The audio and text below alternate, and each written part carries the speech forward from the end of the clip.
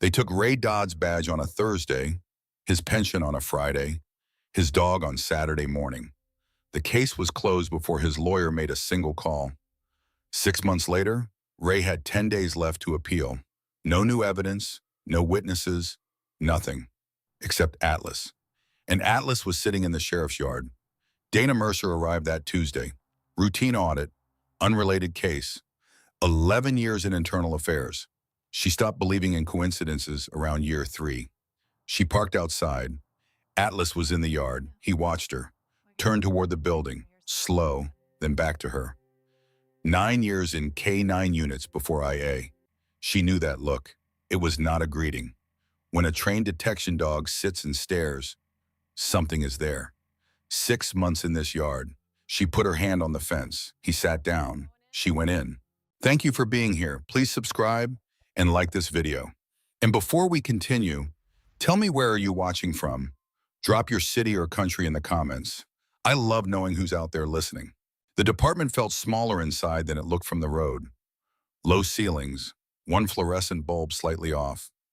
Deputy Harlan met her at the front desk, 26 years old, hands already at his sides before she finished showing her badge, the posture of someone told to expect her.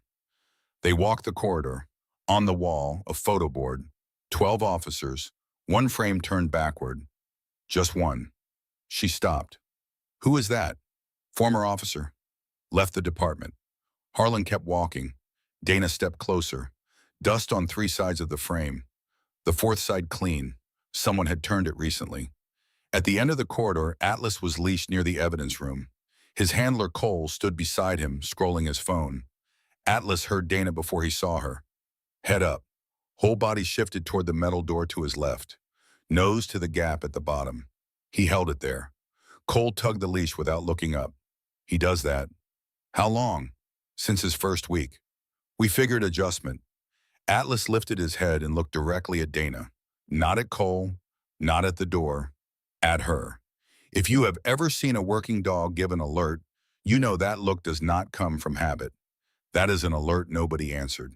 She stepped away and called her office. Full file on Sheriff Gerald Wallace, Cedar County. Her colleague paused. There was already a request on Wallace. 2 years ago, closed within a week. Who closed it?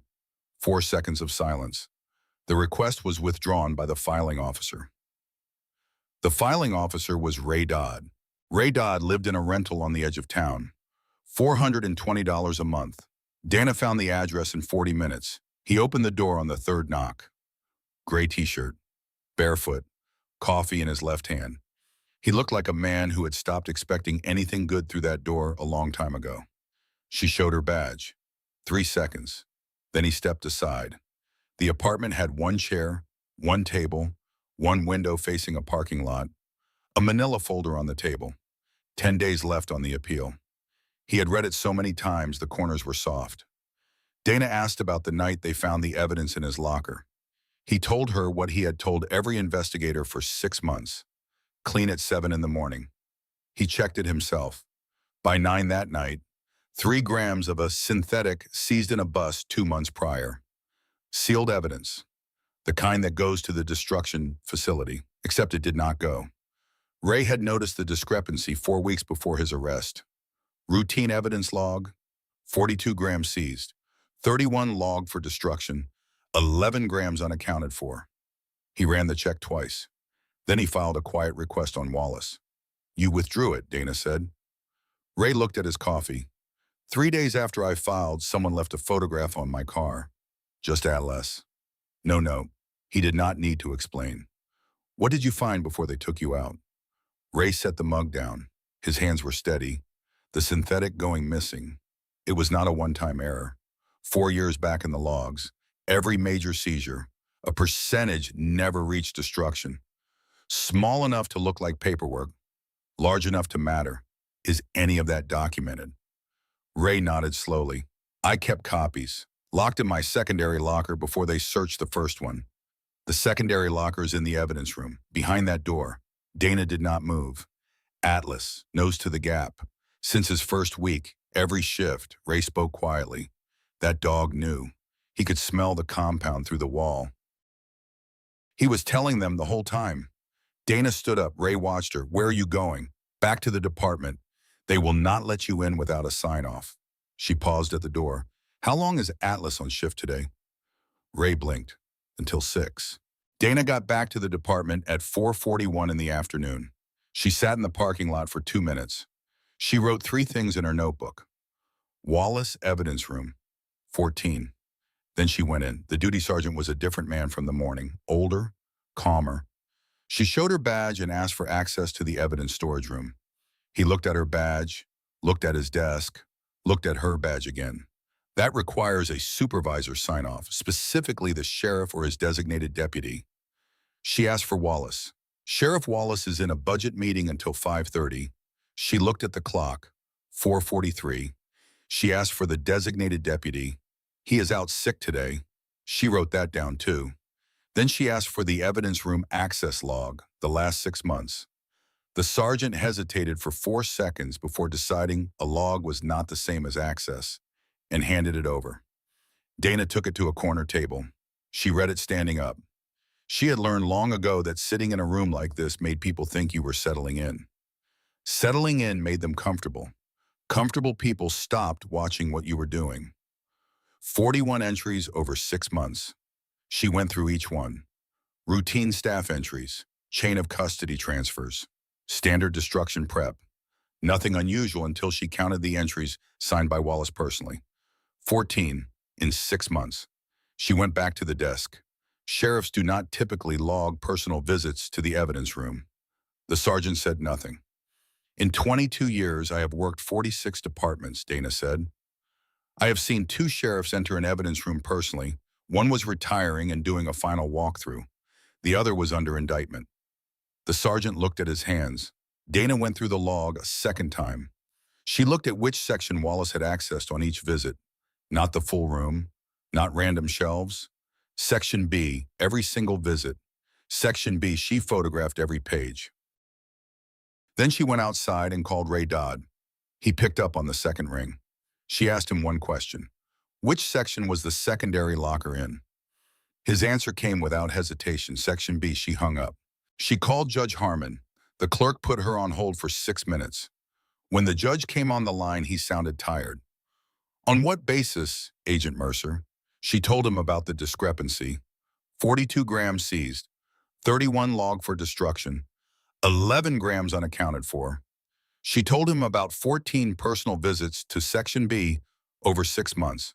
She told him about the internal request filed and then withdrawn by the same officer who filed it, 3 days after someone left a photograph of his dog on his car.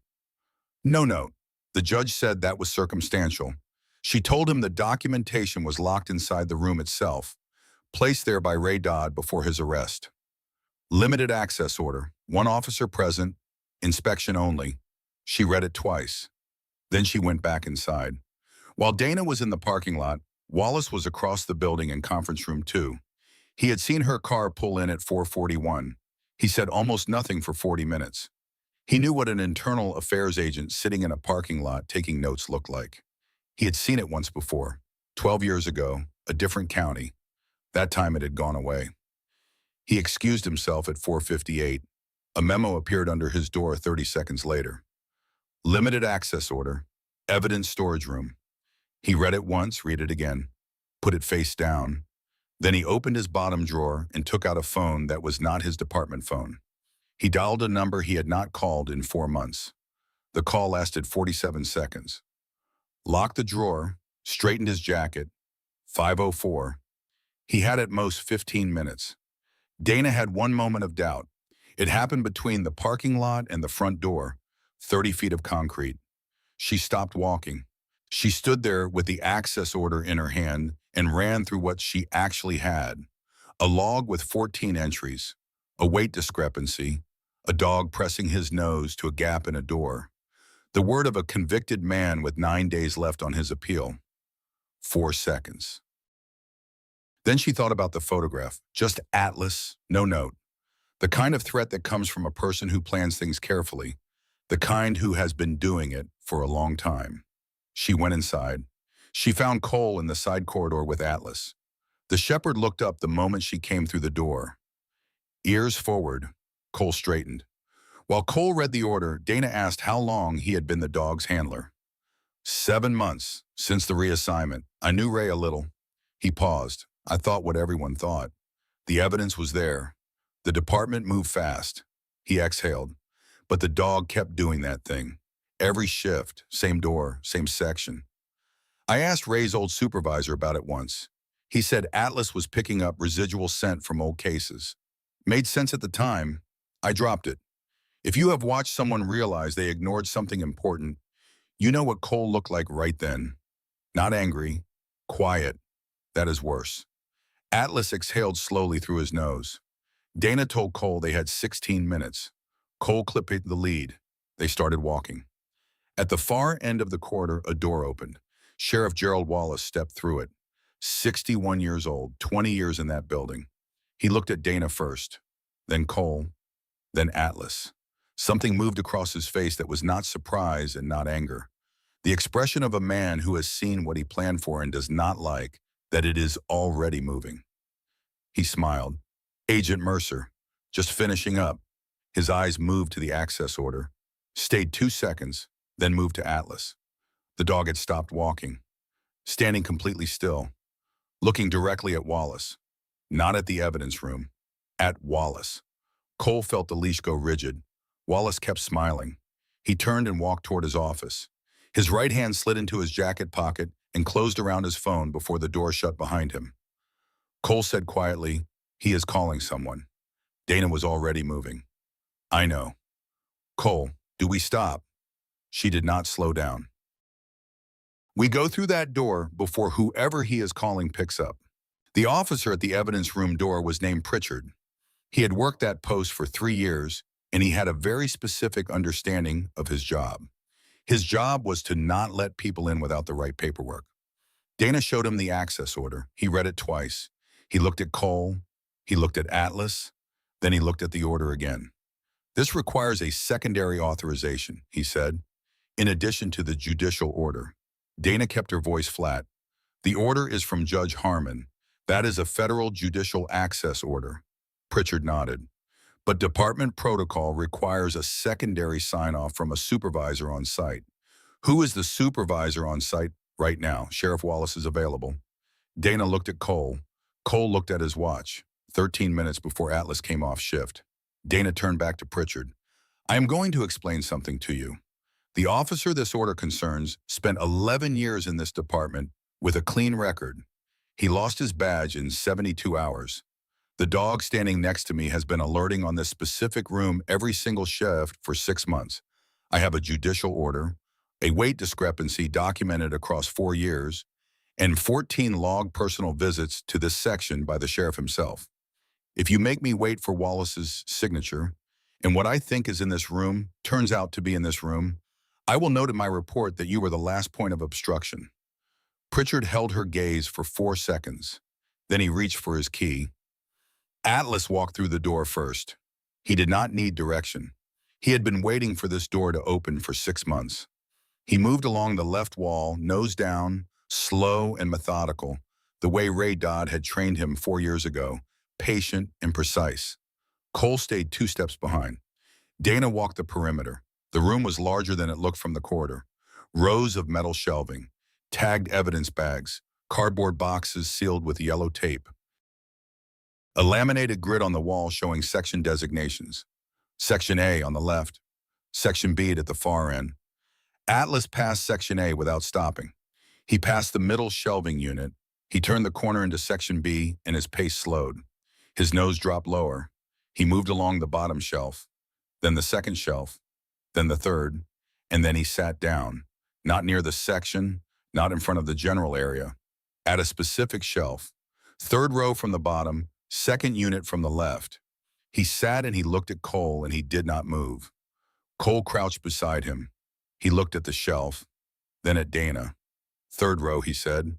She was already moving. The shelf held 14 sealed evidence bags, each one tagged, dated, logged. Dana pulled on a pair of gloves and checked the first tag. Case number, seizure date, logged weight. She looked at the bag in her hands. She set it down and checked the next one, then the next. On the sixth bag, she stopped. She held it in both hands for a moment. Then she set it down on the shelf and did not say anything.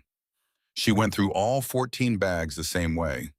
When she was done, she stood up straight and looked at the grid on the wall. If you have ever watched someone find exactly what they were looking for and feel no satisfaction because of what it means, you know what Dana looked like in that moment. She turned to Cole. "Get me a scale," she said. There was a standard evidence scale on the processing table near the door. Cole brought it over. Dana weighed the first bag. Logged weight, 41 grams. Actual weight, 33 grams. 8 grams missing. She wrote it down. She weighed the second. Logged, 38. Actual, 31. 7 grams short. She moved through each bag without rushing. She photographed the scale readout on every single one. By the time she had weighed all 14 bags, she had a column of numbers in her notebook that told a story 4 years in the making. 89 grams of a scheduled synthetic compound logged into this section over 6 months. 62 grams physically present, 27 grams gone. Not lost, not misfiled, gone. Removed after logging, replaced with bags that looked identical but weighed less. Someone had been doing this carefully, systematically, for a very long time. Cole looked at the numbers. He was quiet. Then he said, "He has been right this whole time." Dana looked at Atlas.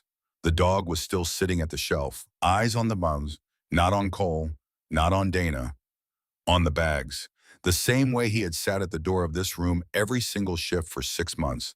She was on the 9th bag when the door opened.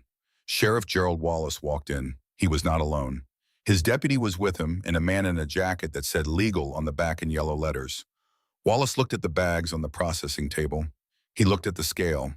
His expression did not change. A man who finds investigators weighing his evidence bags and shows no surprise is a man who already knew what they would find.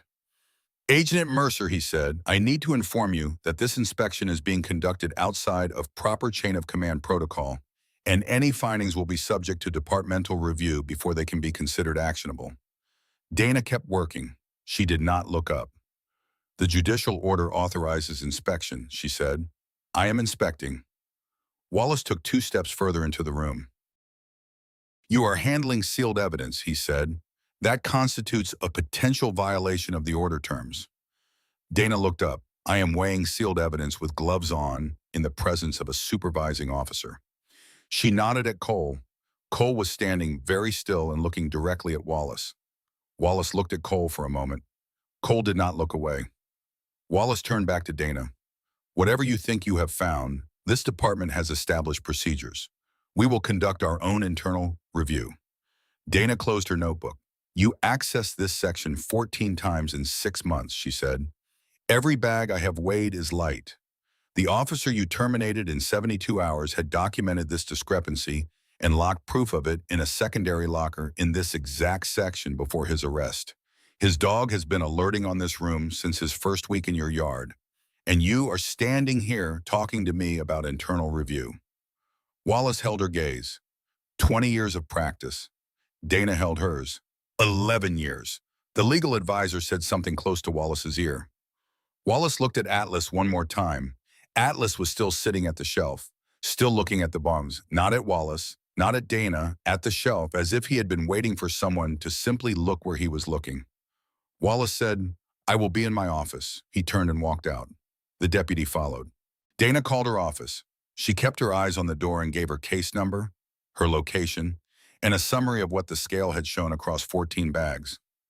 She asked for a forensics team and a county prosecutor on site within the hour. When she ended the call, she stood in the evidence room with Cole and Atlas in the 14 bags and the notebook full of numbers, and for a moment none of them moved. Cole said, "How long do you think this has been going on?" Dana looked at the shelf. "At least 4 years, probably longer." Cole looked at Atlas. Atlas was still sitting. His work was not finished until someone else confirmed what he had found. That was how he had been trained. You find it, you sit, you wait. You do not move until the handler comes. Ray had been gone for 6 months. Atlas had not moved. He had just kept waiting.